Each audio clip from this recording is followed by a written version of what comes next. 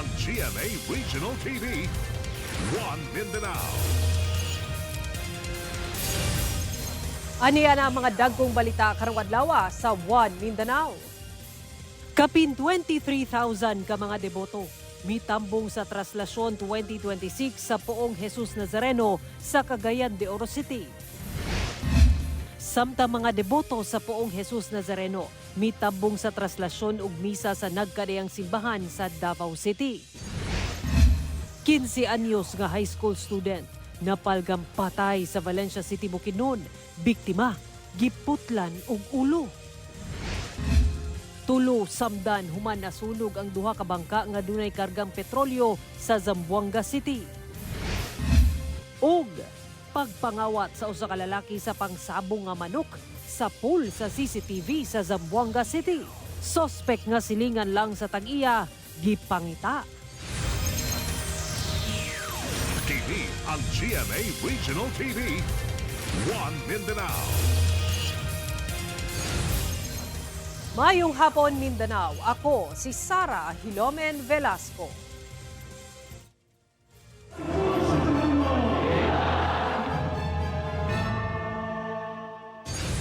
Sobra 23,000 ka mga deboto nga gikan sa nagkadayang lugar sa Mindanao ang midayo sa Cagayan de Oro City alang sa Traslasyon 2026 sa Poong Jesus Nazareno.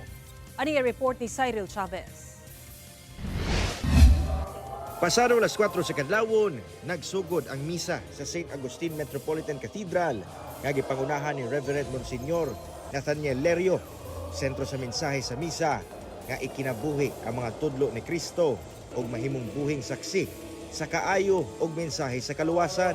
Alas 5 sa buntag, human ang misa, gigawas gilayon ang imahen gikan sa katedral o gisakay na sa karo nga anaa gawas sa simbahan. Sa sinya sa mga ehos, gisugdan gilayon ang traslasyon gikan sa Dolores Street ug niliko sa Don Apolinar Velez Street dayon padulong CM Recto Avenue hantod sa Archdiocesan Shrine of the Black Nazarene, Jesus Nazareno Parish. Libu-libong deboto ang misalmo sa traslasyon karong adlaw. Usa sa among nakahinabi ang debotong si Winright Agbalog kung asa naabta namo siyang gipas-an ang dakong imahen sa puon. Saysay niya nga nagsugod ang iyang pagkadeboto human siya maaksidente sa motor nga hapit niyang gikamatay. Pasalamat na ko nga gitagan bro sikan life. Sa imong second life unsa may mga kabaguhan nimo? Dagan sir, dagan akong gibag-o. Dagan akong giusap. Batod sa Kokpo, gidiscourage nila ang paglabay og panyo ngadto sa puon apan wala man nila gibawal kini. Pag-abot sa Velez Street, mihunong ang karo subay sa request sa mga deboto nga usa-usa nga naglabay sa ilang mga panyo ngadto sa puon kung asa giatiman sab kini sa mga ihos. Ang uban todo siya gitsab sa paghatag og pagdayig sa puon.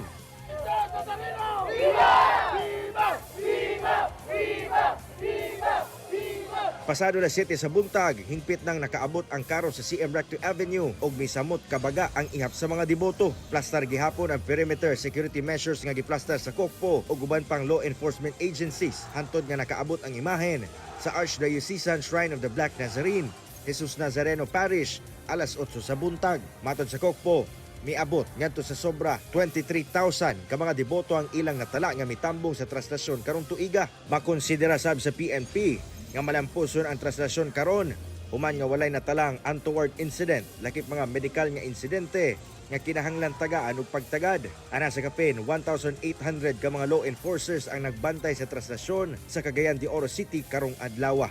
Walay nagpabadlong, minor lang kaayo ang atong nakita nga mga violations like atong nagsuot sa kalo which is apil sa atong gipanawagan nga gibawal apan mapasalamaton kita kay once nga i-approach po sila sa atong kapulisan nagpatuo man pud sila. Kauban si Jaybert Pairat o Roland Cañas, Cyril Chavez. One Mindanao. Gipaambit sa mga debotong Dabawenyo ang ilang debosyon sa Poong Jesus Nazareno pinaagi sa pagtambong sa gipahigayong traslasyon sa imahen sa nagkadayang kapilya sa Davao City karong adlaw sa kapistahan niini. Ang detalye sa report ni Argil Relator. Sayong miabot sa Black Nazarene Chapel sa New Lanzona Village sa Matina, Davao City ang debotong si Angelina aron motambong sa traslasyon sa imahen sa Poong Jesus Nazareno. na sinati matud pa niya ang katumanan sa iyang mga pag-ampo sa Jesus Nazareno. Pasalamat sa grasya nga tagaagmaing panglawas, mga apo, anak. Salamat jud ko. Mutuman jud kana nakoy pakayon atong una sir. Ubakon kay ko sir maninda taong ko 2 ka baldi mo pukong lang ko sa karsada kay diri ra kadapit ang akong ginawa. Iyag ako gang gipangayat niya nga maayo lang. Ang mag-asawang Habana nagsuot gayud og customized shirt alang sa kapistahan. Gipadayon na nila diri sa Davao City ang ilang pamanata sa Jesus Nazareno gikan sa Quiapo. Dito na kami nakatira at saka dito na kami namamanata. Hindi na kami nakakauwi ng Manila. Hindi na kami makapunta ron. Una-una, matanda na, maingay, magulo, at saka doon sa Manila, hindi na namin kaya ngayon, kaya dito na lang kami namamanata. Ako lang namin good health, tapos yung magandang buhay namin isang taon, yung taon-taon. Tapos yung mga sakit namin, mamawala. Alas 4 sa kadlawon, gisugdan ang traslasyon sa imahen sa Poong Jesus Nazareno alang sa ika-17 nga kapistahan sa Black Nazarene Chapel. Gisubay sa traslasyon ang nagunang kalsada sa Barangay Matina Aplaya o Barangay Matina Crossing dayon pabalik sa kapilya. Hail Mary, full of grace, the Lord is with you. Blessed are you among women, and blessed is the fruit of your womb, Jesus. Alas 6:30, dihang nakabalik ang imahen sa kapilya. Bit-bit sa pipila ka mga deboto ang ilang mga imahen aron nga mabendisyonan. Gisundan dayon kini sa Santos nga misa. Taliwala sa kainit sa panahon, gitambungan sa mga deboto ang traslasyon sa imahen sa Poong Jesus Nazareno gikan sa San Alfonso Maria de Ligori Parish sa Barangay Mandug, Davao City, alas 8:30 sa buntag. Human ang usa ka oras, naabot na ang imahen sa Our Lady of Peñafrancia Chapel sa Barangay Tigato.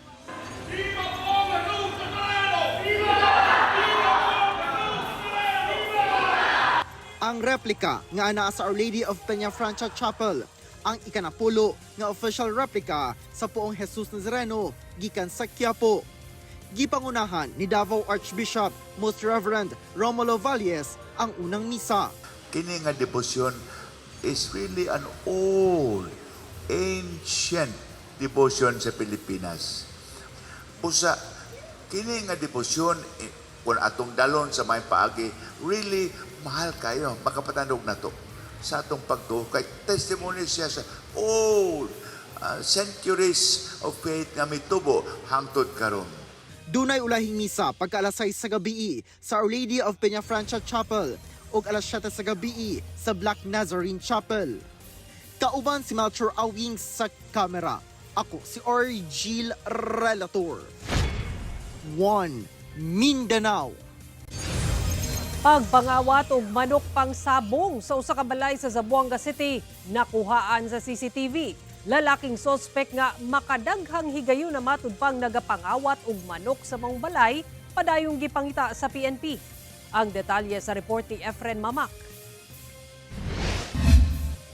Sa CCTV, makita kining usa ka lalaki nga hinay-hinay nga miduol sa usa ka manok pang sabong nga nagbatog sa balay-balay niini sa tugkaran sa usa ka panimalay sa Barangay Tumaga, Zamboanga City pasado alauna sa kadlawon adlawng Miyerkules. Taod-taod, gitanggalan niini og hikot ang manok dayon gisibat. Apan matud sa tag-iya sa panimalay, wala na kini niya nasakpan.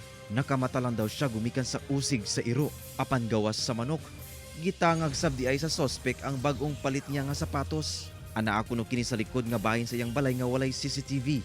Sumala niya, silingan ra daw niya ang sospek. Makadagan ako no kining nagapangawat og manok sa ilang panimalay. Gumikan sa dili makaagwanta, nagpablatter na kini sa kapulisan.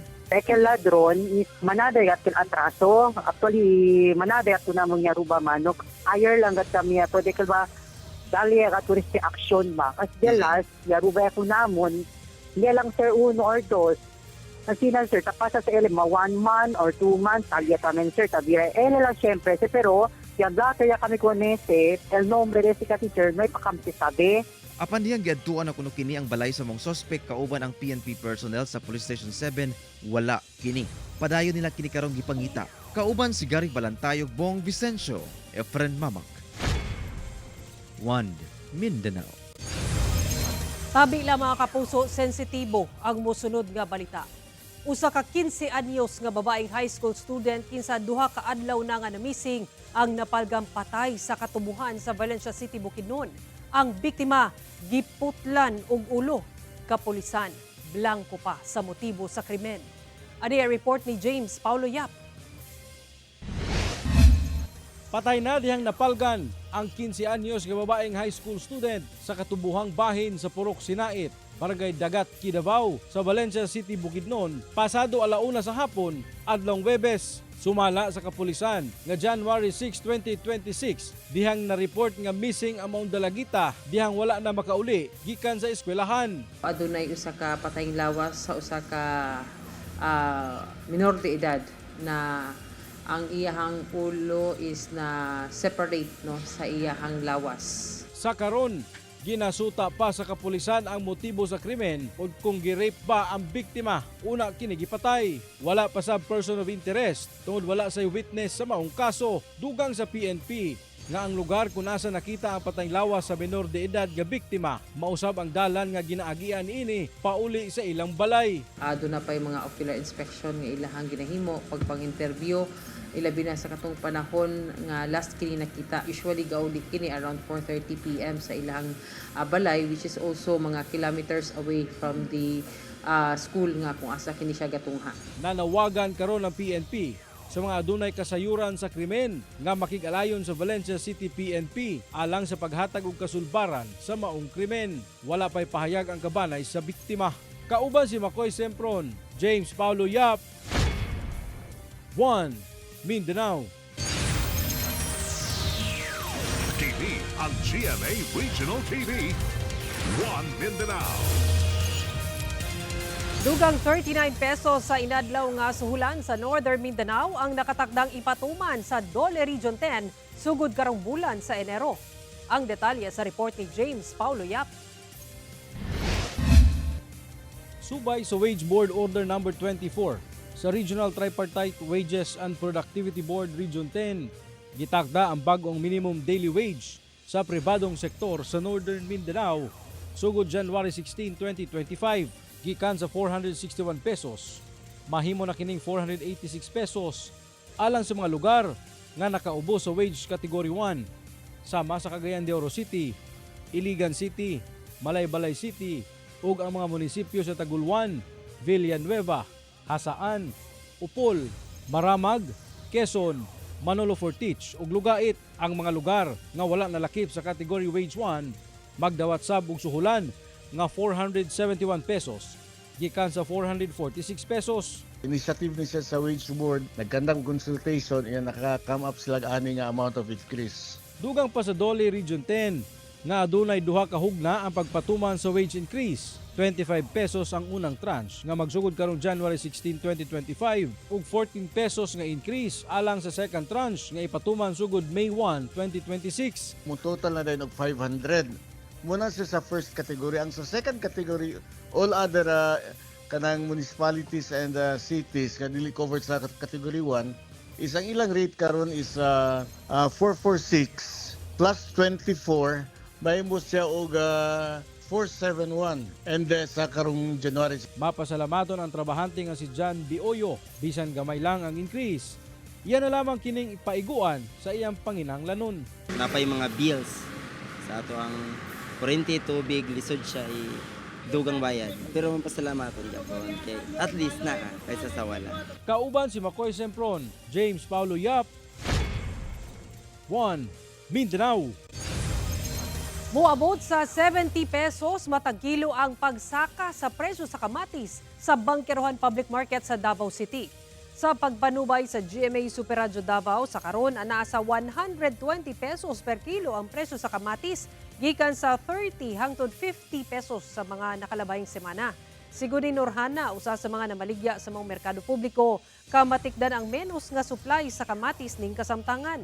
Ang ilang komprada miabot na sa 2,000 pesos ang karton, gikan sa nakalabayng 600 pesos ang karton. Hinuon dunay pagbarato sa presyo karon sa kulikot nga naa na sa 120 pesos ang kilo gikan sa 250 pesos sa nakalabayng semana. Ang ubang lamas wala pay pagbag-o sa presyo. Ang ahos anaa gyapon sa 130 pesos ang kilo, luya anaa sa 75 pesos ang kilo, limonsito 40 pesos ang kilo, sibuyas dahon anaa sa 100 pesos ang kilo, ug ang atsal sa 130 pesos ang kilo. Good news sa mga motorista kay gilauman ang rollback sa presyo sa mga produktong petrolyo sunod semana. Sumala sa Oil Industry Management Bureau sa Department of Energy, posibleng maubos og 40 centavos kada litro ang presyo sa gasolina, 50 centavos sa kada litro sa diesel ug 25 centavos sa kada litro sa kerosene. Mamahimo pa kining mausab base sa resulta sa trading karong adlaw. Ang pagkunhod sa presyo sa lana epekto sa posibleng taas nga output sa krudo sa Venezuela nga mopasaka sa global supply bisan sa hinay nga demand.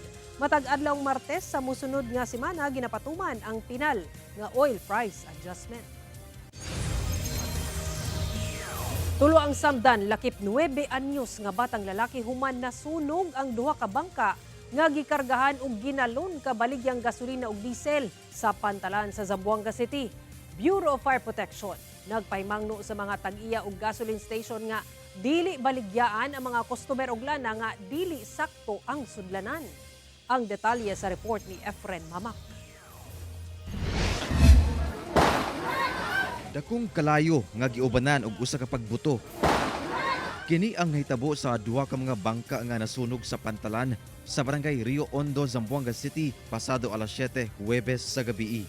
Nasayran nga pulos kini gikargahan og mga ginalon nga krudo nga nakatagdang ibiyahe pagawas sa Zamboanga City. Gumikan sa kadako sa kalayo, hapit madamay ang usa ka stilt house sa tapad niini. Ang mong sunog nga gisaka sa ikaduhang alarma, ilayong gipakgang sa BFP. Nadeklara kaning fire out human ang kapin 2 ka oras. Mikabat sa kapin 200,000 pesos ang danyo sa sunog. Apan atol sa sunog, tulo ka mag-amahan nga sakay sa mga bangka ang naangol. 46 anyos nga amahan, lakip na ang 17 anyos o 9 anyos nga mga anak nga lalaki. Nakaangkon sila og superficial o second degree burn. Narescue sila human gituo ang nakaambak gikan sa nasunog nga bangka. Ginakuwaan pa sila og pahayag. Ginasuta pa sa BFP ang hinungdan kung paunsa ug ngano nasunog ang duha ka bangka.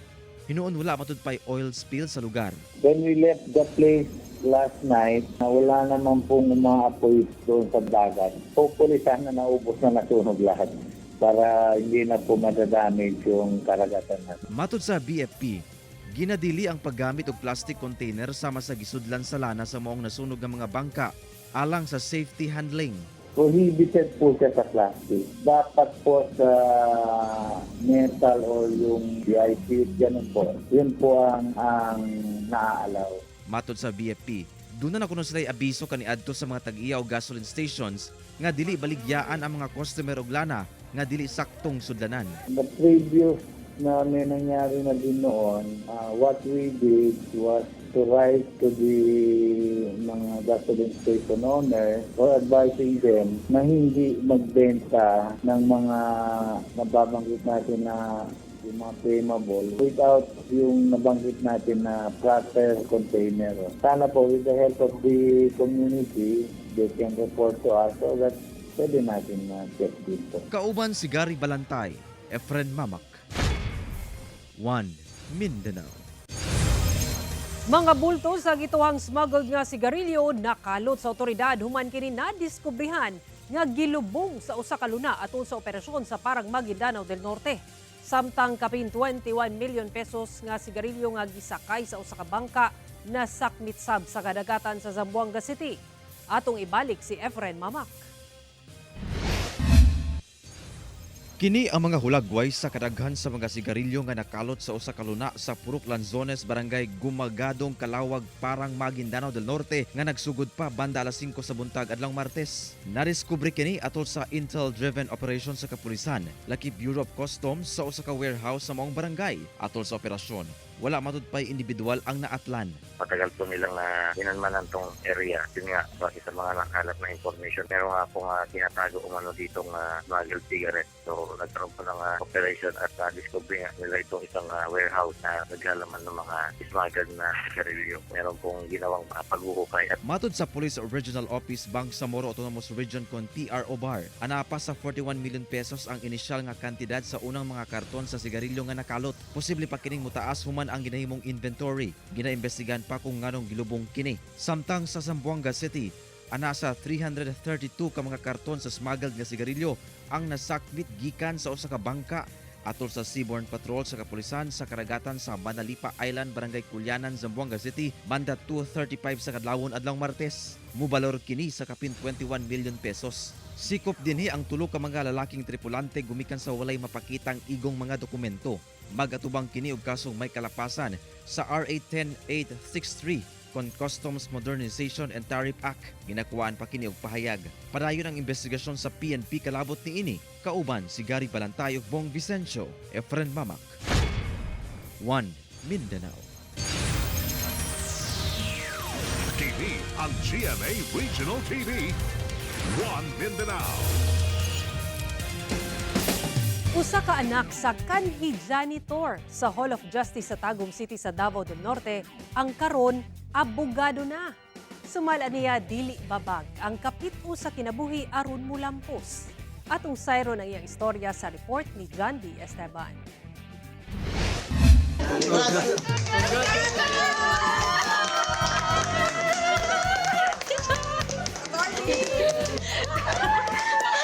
Certified Public Accountant na, abogado pa. Siya si Attorney Linjoy Roque. Usa sa sobra 5,000 mipasal sa 2025 bar examinations. Mainiton siyang gitimbaya sa iyang mga katrabaho sa Philippine Rural Development Project sa Department of Agriculture Region 11 sa Kalampusang naangkon. Pangandoy sabdaw ni sa iyahang amahan kinsa janitor kaniadto sa Hall of Justice sa Tagum City, Davao del Norte. Sumana niya, ginadala-dala matud pa siya sa iyang amahan sa trabahoan niadtong 3 anyos pa siya. Habang nagalimpyo siya sa mga offices, sa mga judges, sa mga library. So napugod dito ang nagasabay-sabay na ako. And remember na ako at that very early age, mga nagisiha pa nga. Basahon na ni mga libro, next time mag-lawyer pod ka ha. And nag-instill siya sa ako at apan dili sayon ang iyang giagian. Nakita niya ang pagpaningkamot sa iyang mga ginikanan. Ang iyang inahan, ga-sideline lang nga maninda og magbuhi og baboy aron makatungha sila nga tulo ka magigsuon. Busa iya kining gikambyuan og pagpugi sa pagtungha. Consistent honor student si Attorney Roque naningkamot nga mamahimong scholar sa kolehiyo. Milampos siya nga cum laude sa kursong accountancy ug isip certified public accountant, nakatrabaho ug nakatabang sa pang-adlaw-adlaw nila nga galastuhon. naging inspiration siya sa ako at to strive harder to pursue my academics kay mulang buhay pa mana sa amo asang parents. Walay property nga ma-pass down sa amo but only the education. Lisod ang law school, ilabi na kung usa ka working student. Sama ni Attorney Roque. Apan sumala niya time management, determinasyon ug pagsalig sa kahitasan ang susi sa iyang kalampusan. Dili matungkad ang kalipay nga gibati sa iyang pamilya kay nagbunga ang iyang mga sakripisyo. All the sleepless nights, usahay 2 ka oras, 1 ka oras na iyang tulog kay working pud baya siya. Tapos provider pud siya sa among family. Maunang grabe gyud ang iyang effort. So happy jud kaayo mi sa iyang achievement. I'm very happy.